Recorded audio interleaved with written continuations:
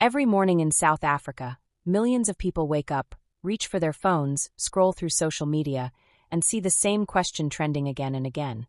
Is South Africa safe? It appears on Facebook posts, WhatsApp groups, Twitter threads, and YouTube comments. Some people say the country is becoming more dangerous by the day. Others argue that crime has always existed, and that the media exaggerates the problem to attract attention.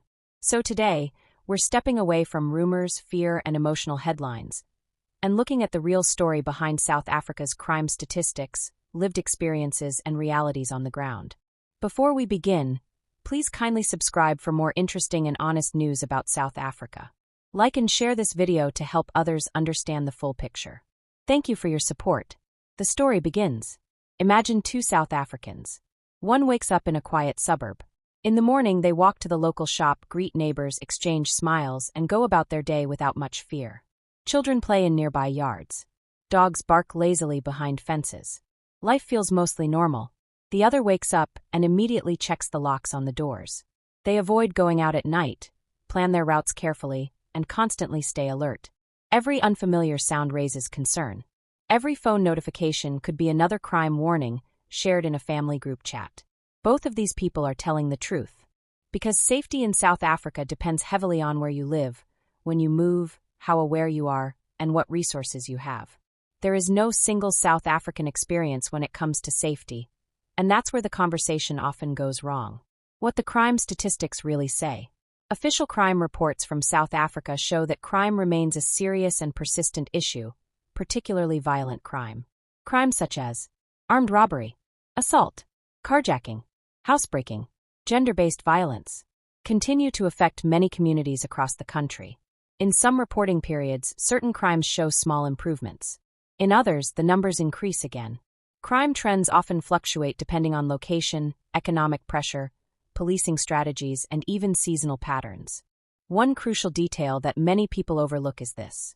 Not all crimes are reported. Many victims choose not to report crimes due to lack of trust in the system, fear of retaliation, long police processes, feeling that nothing will happen anyway. This means official statistics often reflect only part of the real picture. The actual level of crime is likely higher than what the numbers show. Why the fear feels so real? For many South Africans, fear does not come from reading statistics. It comes from personal experience. It comes from stories shared by friends, family members, co-workers, and neighbors. It comes from videos circulating on social media showing robberies, hijackings, or attacks, sometimes captured on security cameras. It comes from warnings passed quietly from one family to another. Don't drive there at night. Be careful at that intersection.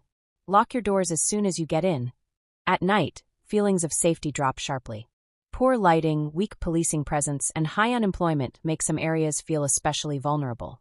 Even people who have never been victims themselves often live with constant awareness because crime feels close, always one story away. Is the whole country dangerous?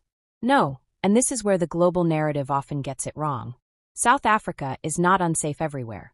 There are safer suburbs with active neighborhood watches, gated communities with controlled access, rural areas with strong social bonds, towns where crime is relatively low and predictable. In these places, people live normal, peaceful lives every day. Children go to school, families gather, businesses operate, and communities function much like anywhere else in the world. However, there are also crime hotspots, areas where crime is far more likely. These are often places facing deep challenges such as poverty, overcrowding, unemployment, and limited access to services. Knowing the difference between low-risk and high-risk areas matters, for locals and visitors alike. The role of media and social media. Media plays a powerful role in shaping how safe or unsafe a country feels. Crime stories attract attention. They spread quickly. Social media amplifies fear because negative news travels faster than positive stories. A single incident can go viral and create the impression that the entire country is under siege, even if that incident happened in one specific location at one specific time. This does not mean crime should be ignored, but context matters. Balance matters. Understanding patterns matters more than reacting to isolated headlines. What authorities are doing. Police operations, roadblocks, and targeted crackdowns continue across South Africa. There are regular reports of arrests of suspects, seizures of illegal firearms, disruptions of crime syndicates. In some communities, cooperation between residents and local police has improved safety. However, many citizens believe that enforcement alone is not enough. Long-term safety depends on job creation, education, youth development, better urban planning, stronger community policing. Without addressing the root causes, crime continues to repeat itself. So, is South Africa safe right now? The honest answer is this. South Africa is not completely unsafe, but it is not risk-free. Safety here is not about denial or panic. It is about awareness. For locals, safety often means knowing which areas to avoid, being alert rather than afraid, sharing information within communities. For visitors, safety means planning wisely, following local advice, understanding the environment. Millions of people live, work, and raise families in South Africa every day. Life continues. Joy exists. Beauty exists. But caution is part of daily reality for many. Final thought. South Africa is a country of breathtaking landscapes, rich culture, resilience, and strong communities. At the same time, it faces serious challenges rooted in history, inequality, and economic pressure. Understanding the truth behind crime statistics helps replace fear with knowledge and panic with perspective. The question is not just, is South Africa safe? The better question is, how do we make it safer together? Como bilo? Do you feel safe in South Africa right now? Like this video if it helped you understand the issue more clearly. Subscribe for daily South Africa news, honest discussions, and real stories from the ground. Thank you for watching.